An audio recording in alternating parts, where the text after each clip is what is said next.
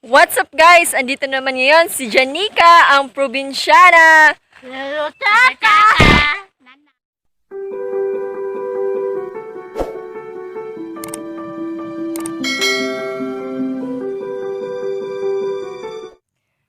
So for today's video, ipapakita ko sa inyo kung paano mag-harvest ng mais. And this is requested with my mother, diba? So I really miss you guys because hindi ako nakapag-vlog after 1 month kasi busy lang.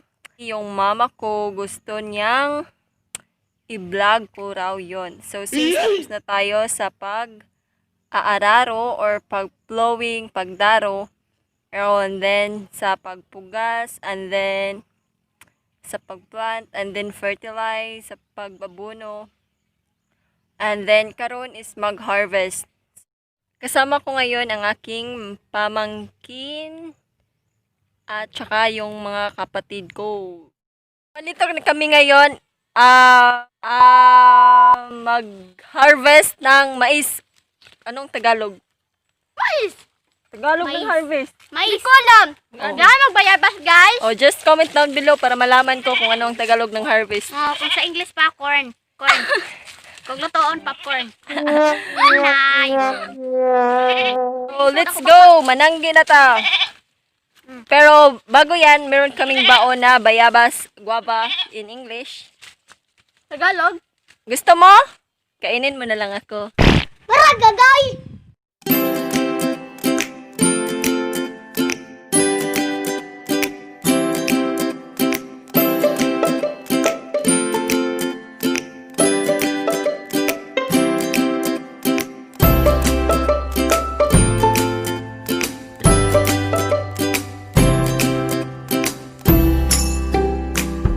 So, yan ang mga kasama ko. Paano? Guys! Paano yan kukunin? What? Ganito lang yan. Naibot makor! Tagalog pala tong mga tao dito. Hindi ganyan, ganito. Ganito kung paano kukunin yung mais. Anong? Hawakan mo dito, tapos ganyan. Yan lang kasimple. Tapos, ipasok mo dun. Dito? Ganito. Yan. Kukuha ko ng buko. Yan. Bukog! Tama bukog. Di ba kumuin ng bukog? Alam mo guys, hindi na kaya. Kaya ko yan. Ako pa. First time yata sa ako na. Dito first time. Lagi na akong umakyat. Di nga. Pero hindi pa ako nahuhulog.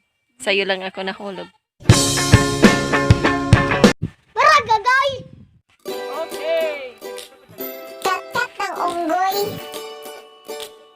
Siya mang cake. Sabi nga sa coconut tree. Nagkahulog ako. Nagkahulog ako. Para gagay!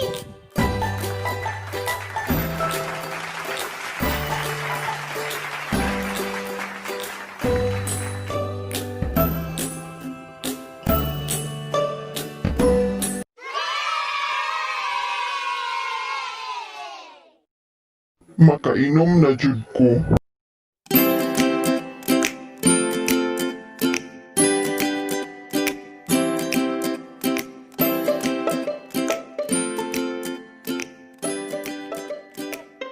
Oh, go ahead. Samihan mo ha. Ikaw sa kadiri o lalim ba?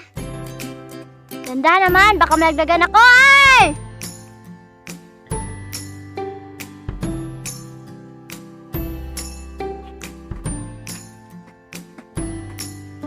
Yes, everybody.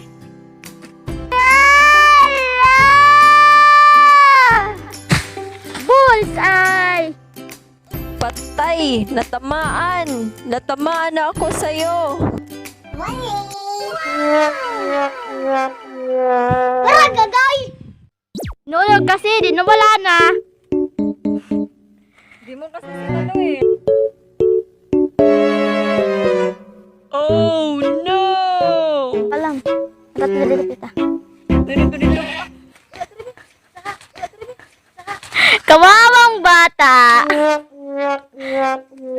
Pagod na, nawala wala pa ang kanyang sinilas.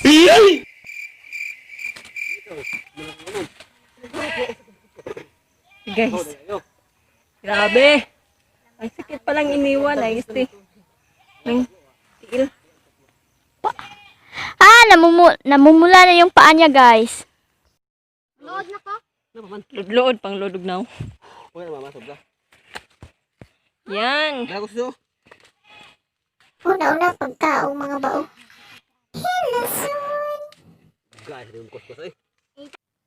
So, mo to siya guys, ang kinabuhi sa Bukid Part 4, ang pag-harvest sa mais. Pag may itinanim, may aanihin.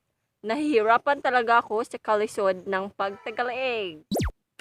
Pasensya na po kayo guys sa mga Tagalog ko nga mga Bisaya ni Bay. So, I hope na-enjoy ninyo, di ba? Ang namoy nakatunan, marag gagoy. Tara, guys! Nabaguhan jud bitaw ko ay. And also, I would like to thank to all my 100 plus subscribers. Thank you so much for being there for me. Dako kong pasalamat kaninyong tanan. Thank you. Kamsahamnida. Don't forget this video to give a big thumbs up kung nagustuhan nyo and subscribe kung hindi ka pa nakapag-subscribe and hit the bell beside para updated kayo sa mga bago kong videos. At sa uulitin, always remember to wear that smile in your face because you are special. Bye-bye!